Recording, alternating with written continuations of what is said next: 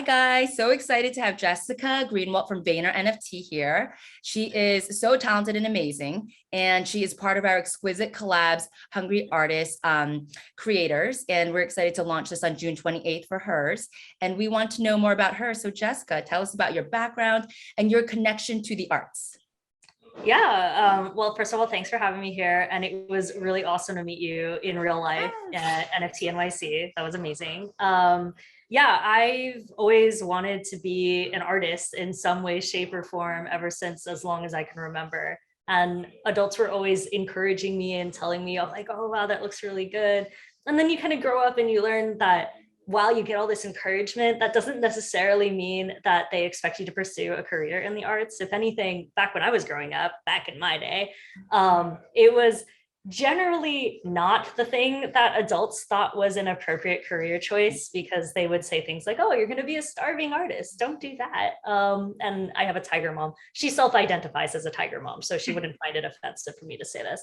But, you know, like, of course, she wants what's best for her children, and in her mind that's like, oh, you should be a lawyer, you should be a doctor, and then eventually it became like, oh, you can be a computer programmer, that's cool too.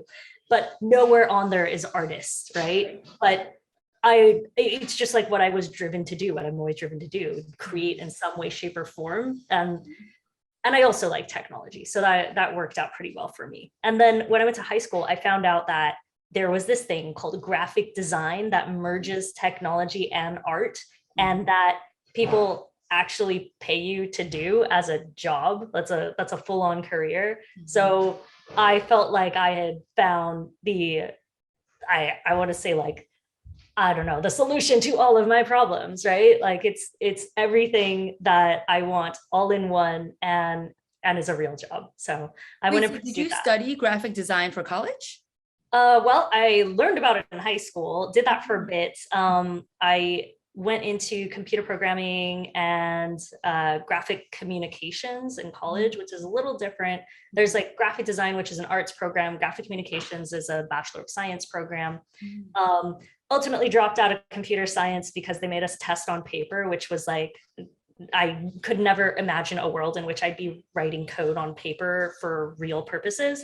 And that just made me crazy. So I was like, I'm done with this. And I learned, you can like learn everything you need to know for that for free online. So, you know, but yeah, graphic communication was actually like a program that taught you at the time, because this is how far behind like four-year colleges were, how to do print stuff, like print design, how to run a print shop, how to manage a print company, what the printing process is like, how to set up a printing press, like everything involving print, when web was very clearly the thing that you should be learning how to design for.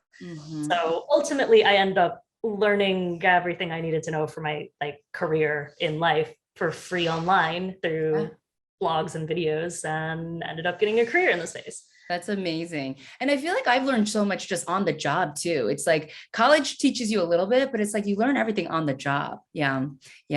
So I have a question about your journey as a hungry artist. So when I think of hungry artist, I just think of somebody who's like talented, and then that hunger that is like, I will not stop. I have so much drive and determination. And I feel like you are one of those people. I know in your bio, you've been like nominated for like the top 50 women in tech and all these amazing like accolades that you have.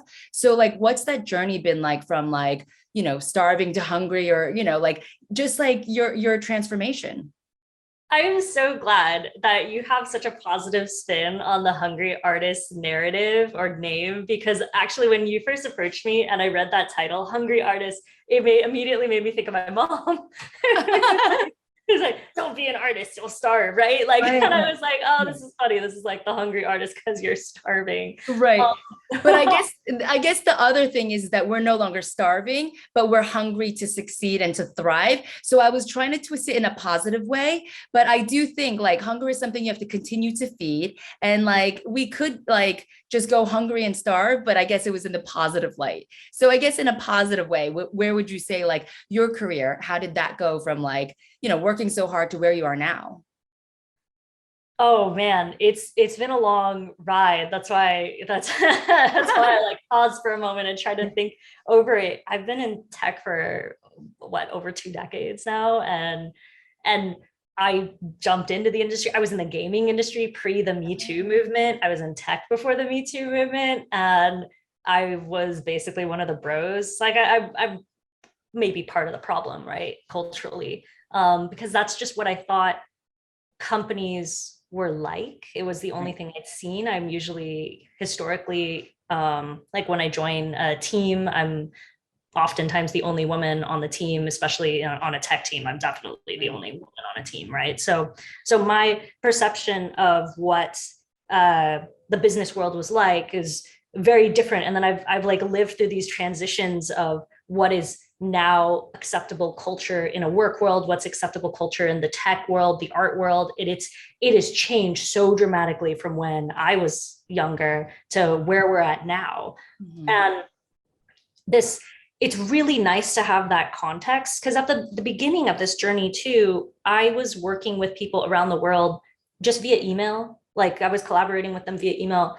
And I didn't realize this at the time, but because I signed things J, I didn't know that they assumed I was a guy, right? Like I assumed they thought I was a woman because I am, right? And then it wasn't until, like I worked with organizations and individuals for maybe like a year and a half, and then finally get on a video call with them, and then found out that they found out in that moment that they were talking to at that time much younger girl, and kind of freaked out, right?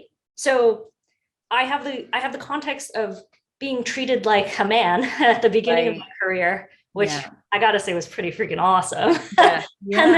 And then I have the immediate shift, like the immediate reaction to what video calling being a more popular thing, and then people working with me in the context of knowing that I'm like a young woman, and then now working with me as like a grown woman who's kind of like seen some shit at this point, right? And this whole journey, I still, in some ways, and I realize this isn't like the positive message that you're looking for, but in some ways I feel like I have been my entire career trying to work back to the level of respect and I want to say voice that I had back when people thought I was a man, right? And this entire career path has been me trying to figure out how, as a woman, I can be treated the same way I was when people thought I was a man, because that was freaking great. And I honestly didn't know there was a big difference. I thought sexism was dead until I found out, no, it actually turns out I was just being treated like a guy.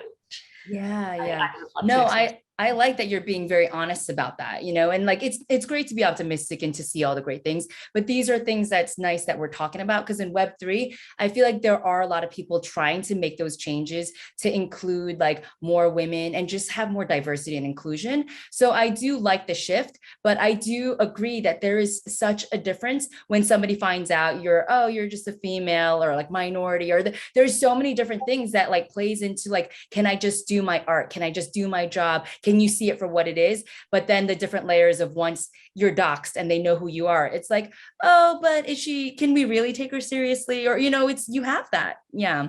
It's wild to see how the perception of your work shifts just because of your gender, right? Like it was crazy. I was working with people for like over a year, and they loved everything. They loved everything I put out there. They totally appreciated my viewpoint and respected what I said. And then like, hard line in the sand. The minute they knew I was a woman, some people were actually like, we can't work with you. This is not how business works. Like, little girl, you need to have a, what do they call it? Like a front man or something? Because one guy said like, no business is going to want to work with a little girl. You need to have a man be upfront for you. And and I was like, but you've been working with me for over a year, right? Like, so not only will a business do that, you have done that, right? So like, just crazy, because it had nothing to do with the work. The work was good. And they loved it, right? To go from like, oh, we love everything about this, to be like, whoa, oh, you're a chick. I can't even deal with this mentally. It's hurting my brain, right? Yes. Yeah. So your event you did in NYC NFT was like women in web. Like, so I was, lucky enough to join the Coinbase event, which was amazing. And when I went there was so many women artists and creators. And I was like, oh, this is really cool. So is that something you feel like you are trying to create more events and more kind of opportunities for women? Absolutely. That's one of the really cool things I appreciate about VaynerNFT and the clients we work with. Yeah. Everyone is super aligned in helping to celebrate, elevate, and bring more attention to underrepresented groups in the arts, in the ways that we can help serve them, right? So we have the opportunity to collab with really big brands and make showcases for female artists, indigenous artists, like you name it. Like we get to do these really cool activations where prior to working with VaynerNFT, it would have been hard to get me excited about like a big brand, right? I'd be like, oh, big brands don't care about anything, or like don't care about the little guy, or they don't care about anyone individual. But it turns out, these big brands, they're made up of people, right, who care very much about their culture, their children. They want the people that in their lives to grow up in a better world than they experienced and be treated better than what they may have observed before. So everyone's actually doing their part in whatever role or organization they happen to be in to further this goal of helping elevate women's voices. Yes. Yeah. And at like Hungry Artists and what I'm trying to build here, I feel like it's the same thing, elevating just artist voices in general too, because a lot of times I feel like we were not taken serious. It's like, and all of a sudden people are like shining light on artists, like they care about our art. So if that's the case, to empower each other as a community and like do things like this where we could collaborate has been nice, just like, lifting up these kind of like underrepresented kind of voices. And then for you to be part of this collaboration was really exciting. So can you tell us about like the artwork you created was like beautiful. Like what made you think to create that design, those colors, and tell us about that piece. So actually, this is a continuation of an art style that I've been experimenting with since Nick reached out to me about the Gamma. You know how Stacks NFT rebranded to Gamma, which is super cool rebrand. I love it. And then they had this art show called Together with Gamma, where they found a few artists and then asked them to contribute 3 pieces. At the time he asked me to contribute 3 pieces, I was studying sacred geometry. Like I just started. I cracked open this book and I was reading all about it.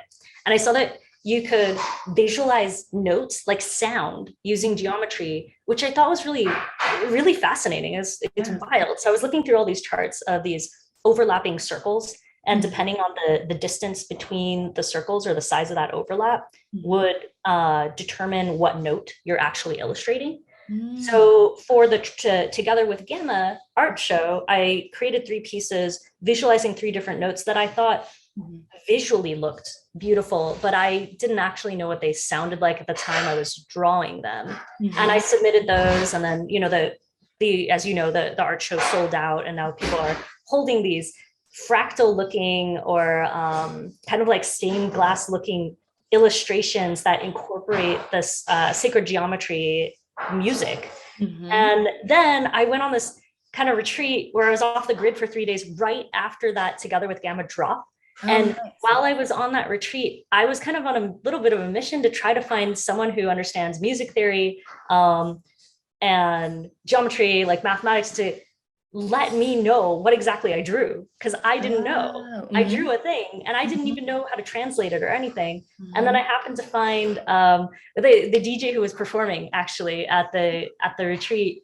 He mentioned that he had studied a little bit of music theory, and I was like, wait, maybe you're the person I'm looking for. Can you translate this for me? And I like show him my chart, right? I'm like, it's like a crazy looking piece of art. And he's like, maybe, can we find a piano? And we did. And he played the 3 notes from the pieces that I created for Together with Gamma. It was like all these things like aligned, right? And so I got to hear what they sound like. I got to hear what the things I drew sounded like. Very cool. All of them don't sound great. They're just like awkward notes, but they look cool, right? Yeah, super cool. So that, oh, go ahead. No, I can see that you have a style. So like when I've seen your stuff with the Together with Gamma, and then even the stuff that you created for Hungry Artists and your stuff from before, when I looked at it, I feel like it's like this tech and art kind of combined together. And then it's like you've really kind of established your artistic voice. So like I can see like, oh, Jessica must have made, like she made this one. So it's really nice that you have the style. And then for you to transfer it to like a Hungry Artist kind of collaboration piece and put your style in it was really cool. Yeah, so that style, like you and I got connected right after I did that art show. And so I'm like still in this phase where I'm experimenting with the sacred geometry, stained glass, different like multicolored triangles or geometric shape style. And then I got your like specs for what you need to draw on, like the wings and the base. And I thought I'm gonna keep playing with this and see what happens. I love that. Those are based off of one of the charts in my sacred geometry book as well, and is a note. Oh, very cool. Very cool. We actually layered on a song with your artwork. And so there's 12 collaboration NFTs, and we're embedding like a little piece of a song from a musician who collaborated with us on each one. So I wonder if any of those notes go with any of like I feel like there's synchronicity in Web3. Like, I don't know what it is, but there are certain things that kind of connect. And so when you're saying like these notes, and then we had layered on music, like who knows what kind of, when somebody sees it, we'll read. And I think that's the beauty of art. It's like, you never know what somebody's going to read from it when you meant to do something and then they see something totally different. So we'll see who connects with all these pieces, but it's exciting to be able to show it to everybody like tomorrow. Yeah, I know. I love the collaborative nature of this too, because like you're like, okay, draw some wings, draw a base, and then I got the email from you. We were like, oh, we had this song added to it, and I thought, because I hadn't told you at the time that it was actually music. I had no idea. Sound visualized, right? So I was like, oh, that's really cool that you just happened to add music to a music piece, you know? Right. And like it was inspired by like somebody in my mentoring program told me there's a game called Exquisite Corpse. And I don't know if you've ever played it before. Oh, yeah. I haven't played that specific game, but I played like drawing games where like it's game night, everyone's having a glass of wine and you like draw something and you pass it to the next person. They don't know what the person next to them drew, but then afterwards you unfold everything. So, and then it's kind of like a reveal, and it's like, whoa, this is really cool when you get 3-4 different people to like draw something. And then you're like, this is a cool piece of art. So that's what I love about like this collaboration is I had no idea what the end result was going to look like, but just getting a lot of just cool collaborators together and then to like make magic is like really beautiful. So thank you for that. And then, one of the questions, of course, you're a pro at NFT and Web3, but like let us know what you think about like NFT and Web3. What I think about it right now, like it changes depending on when you ask me, because the space moves so quickly. So, you're asking me right now, we just got back from NFT NYC. As you can see, the sentiment in the space is so strong and very positive, and people love it. They love being a part of the communities that they're in. The activations that individual projects put on were so amazing. They're super high production value. People threw epic events, epic immersive experiences. I was blown away. So just seeing the amount of building and creativity that's coming out of this space really excites me. What I'm hoping for more in the future is actually more of a, I want to say like a melding of digital and IRL utility, as we call it in the space, like something that holders can do in, let's call it the real world, right?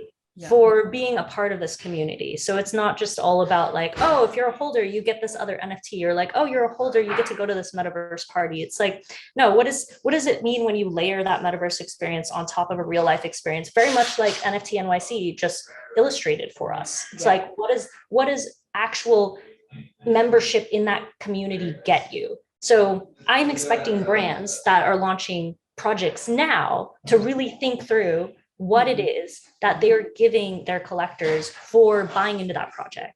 Yeah, for sure. I love that. And I think that's something like I should think about, and everybody who has like a collection think about, of like, what is that next step and what is something that they can take away from it in like some tangible form. Maybe for you, like you were saying, you're making those really cool bracelets that you were just saying. Maybe the person who like auctions and wins your NFT gets like a rainbow bracelet from Jessica or something, you know, but having some kind of tie-in is cool, is cool. I love that.